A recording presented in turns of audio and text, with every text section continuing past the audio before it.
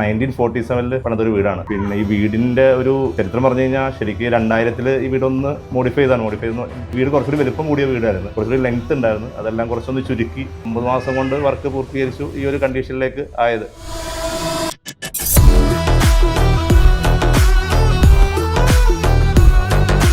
ഇത് പഴയ ചെറിയ 4 മുറികളായിട്ടായിരുന്നു ഇവിടെ ഉണ്ടായിരുന്നത്. നമ്മൾ ഇടിച്ച് പൊളിച്ചിട്ട് ഒരു വലിയൊരു ലിവിങ് സ്പേസ് ആക്കി തന്നെ മാറ്റി.